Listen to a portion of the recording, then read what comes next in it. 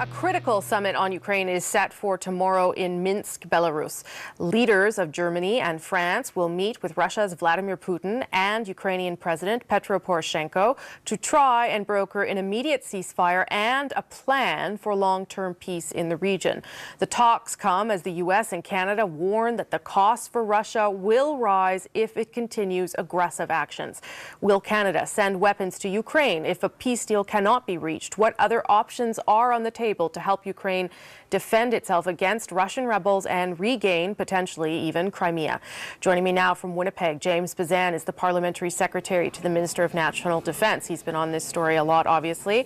Kevin Lummer is the Liberal Deputy House Leader, also obviously in Winnipeg. And in St. John's tonight, Jack Harris is back with, he's the NDP defence critic as well. Good to see you, gentlemen. Appreciate you being here. Because, of course, the meeting with Prime Minister Harper and the German Chancellor happened sort of late yesterday evening. And at that time, Mr. Harper reaffirmed Canada's support of Merkel and the French president's efforts to come up with some sort of peace deal. But I want to show our viewers, in case they missed it, what the Prime Minister had to say when he was asked specifically whether weapons, lethal aid of some sort would be sent to Ukraine. Take a listen. We have provided a whole range of aid to our friends in Ukraine: humanitarian aid, financial aid, non-lethal military aid. We'll look at all options, but obviously we will proceed extremely cautiously in partnership and collaboration with all of our allies.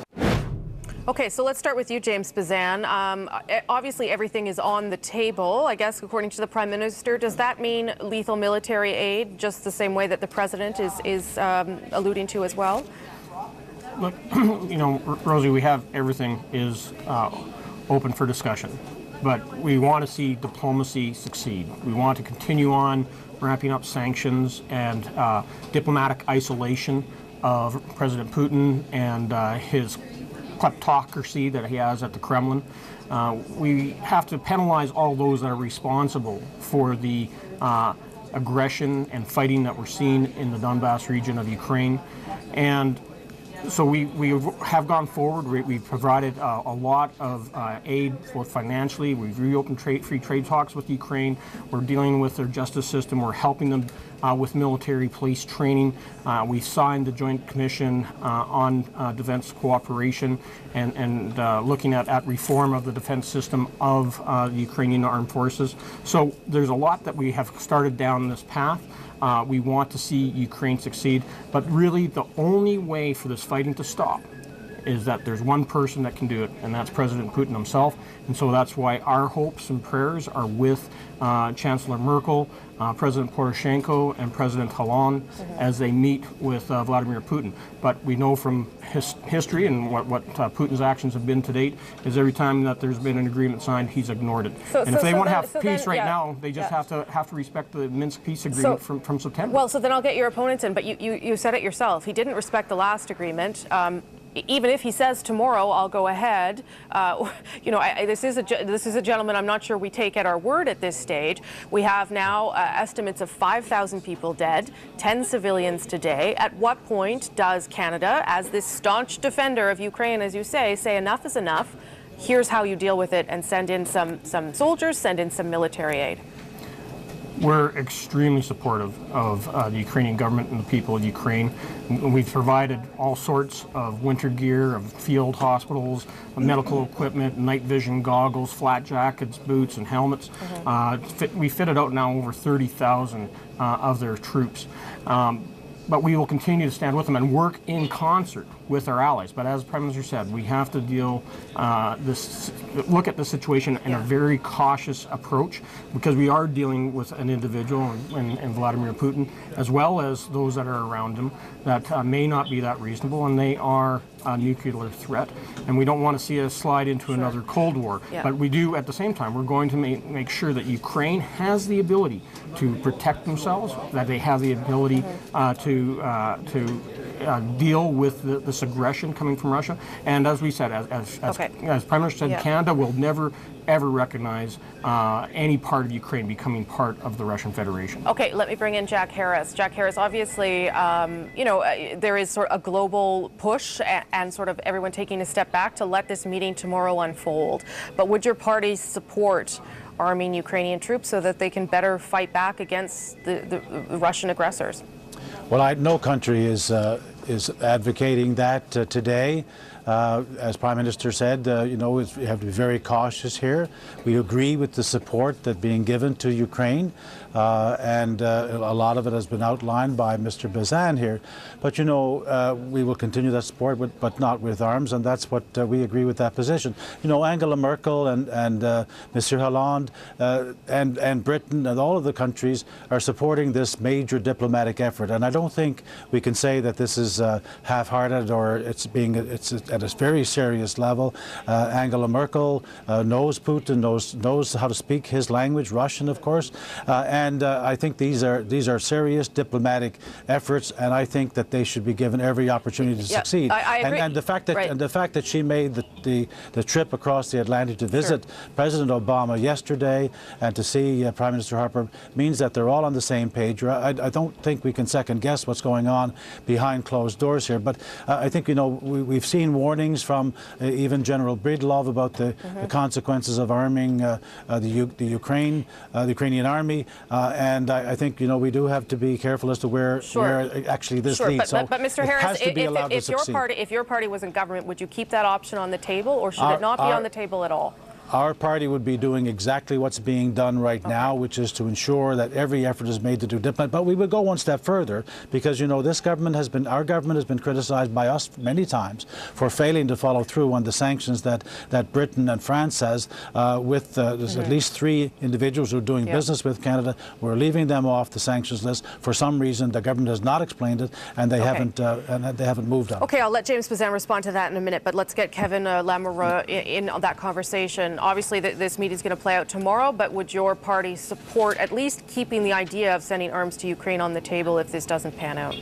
Yeah, I think, Rosemary, if I can just maybe add on a little bit to what Jack was saying in regards to our party would be taking more of a direct action and trying to bring together a consensus amongst our allies here and where it is that we go. We have a fairly good understanding in terms of what Canadians as a whole who are very concerned about this. When you talk about that raw number of 1.3 million people of Ukrainian heritage and Canadians as a whole that are concerned about the threat that Russia is putting onto Ukraine, and obviously there's a great deal of concern.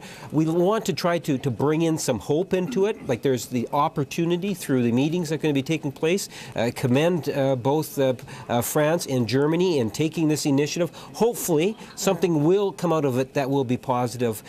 Failing that, what we do need to see more of, I believe, is a sense of working in a stronger way with our allies. The sanctions limited success, but we still need to emphasize the importance of the sanctions, and where we can assist Ukraine in its independence, we need to do that. I think there's a great deal of understanding of the importance of this particular issue, and there is a very strong role for Canada to play. James Bezan, can you talk about the sanctions? I guess the Prime Minister says there has been some effect. I think President Obama has said that as well, that Russia feels somewhat isolated economically. Why does Canada not expand the sanctions to include some of the people and companies that have been targeted by Europe? We have got more sanctions in place on more people, more corporations, as well as broad sanctions against the energy sector and the financial sector of Russia than any other country in the world. We have way more than the United States and about 20% more sanctions. It's who you're going after that matters, not the quantity. No, it doesn't matter about quantity, and also matters about who. We're going to always make sure that we... No, but look at. We also have to look at our own national interests when we're laying out sanctions. But we have actually, in what we've done with Russia on sanctions, we have led the world on it. Okay, we are the first countries to really push on this agenda. And President Putin said himself in his interviews last week that sanctions are hurting their economy, and we see what's happening. They're in a major recession, and the ruble has fallen right through the floor. I know, but you just said we have to look after our own national interests when we put sanctions in place. So what interests are more important here? What's happening, and why are you not going after certain companies? Because we're concerned about our economy? Is that what you're saying? We're going to make sure that those sanctions we're bringing in place are having the maximum impact against the Russians, and we're seeing that take effect now.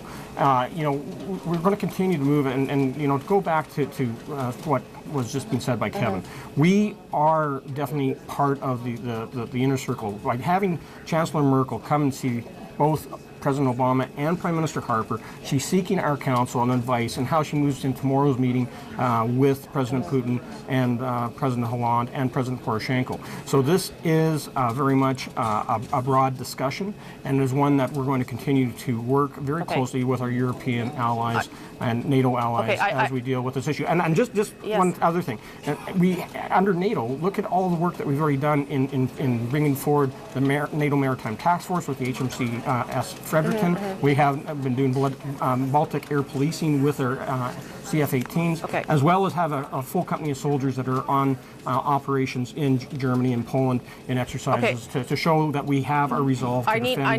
I need to give Jack Harris and Kevin Lamoureux like 20 seconds each. Jack Harris? Yeah, so obviously these reassurance measures that have been taken within NATO, within our NATO allies, are important, and we support them too. But you know, there is a big three. The three names have been mentioned again and again, with significant business involvement with Canada. The government is laying off them, and I think you know, we've just heard the reason why. Canada has some interest here. Other countries are hurting really big, including some of the European allies. Canada should be showing some more mettle here. Okay, Kevin Lamoureux, last word to you. Yeah, very briefly. You know, Canada does have a very special relationship with Ukraine, and ways in which we can enhance that is great for us. We need to recognize that this is affecting people in Ukraine. I've had the opportunity on several occasions to travel to Ukraine, as others have. The people themselves want to see Canada continue to play a strong leadership role. Let's not underestimate the potential influence that Canada has as a nation, and we have a vested interest to try to work this thing through. Okay, well, we'll watch closely, obviously, how this meeting unfolds, and maybe talk to you tomorrow to see what's next. Thank you all. I appreciate your time. James Bezan, Jack Harris, Kevin Lamoureux. Thanks, gentlemen. Thank you. you.